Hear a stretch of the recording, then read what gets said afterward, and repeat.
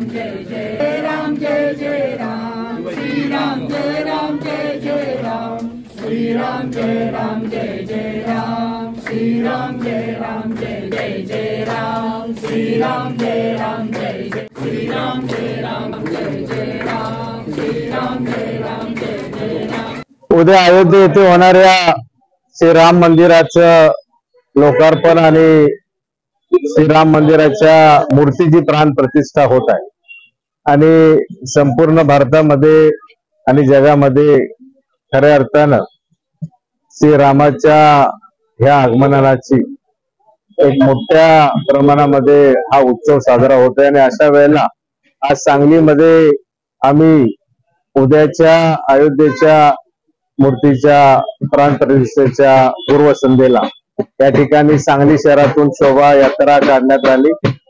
अत्यंत उत्साहामध्ये पारंपरिक पद्धतीनं पारंपरिक वाद्य असतील, उंट घोड्यांपासून या ठिकाणी पारंपरिक वाद्यासह ही शोभायात्रा काढण्यात आली।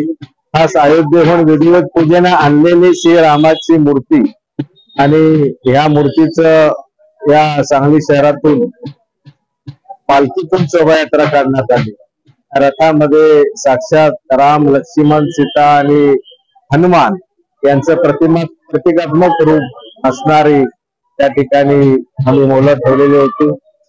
उद्या दिनांक 22 जानेवारी रोजी संध्याकाळी 5 वाजता राजमती मंदिराजवळ त्या ठिकाणी कल्पजम क्रीडांगणावर श्रीराम मंदिराची प्रतिकृती जी आम्ही उभा केलेली आहे त्याचं दर्शनाची सुरुवात आणि विविध कार्यक्रम उद्या दिनांक 22 पासून 28 पर्यंत भक्ती, संगीत, कथा, कीर्तन असे कार्यक्रम होणार आहेत। याचा लाभ आपण सर्वांनी घ्यावा।